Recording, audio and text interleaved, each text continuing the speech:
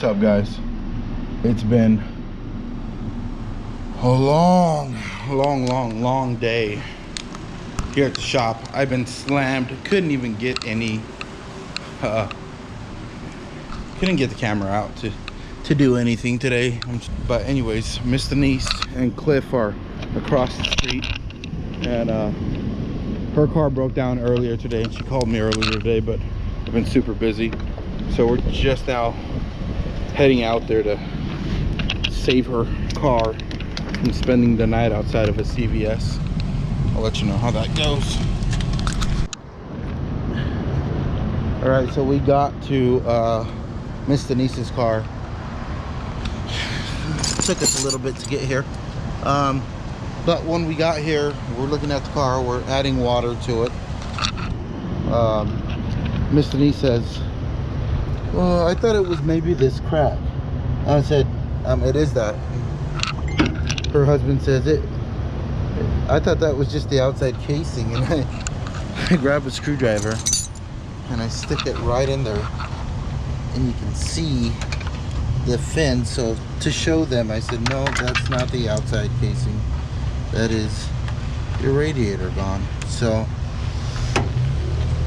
I'm out here working on it outside of a CVS pharmacy. O'Reilly's is just across the street here. Hi. Hello. How are you? Ooh, tired, hot. Anything we can help you find? Nah, I'm grabbing some pliers. Okay. Ooh. Okay, so we're here and we need some pliers. So I'm gonna take this and this here. That should help with the job I got. Alrighty. Alright.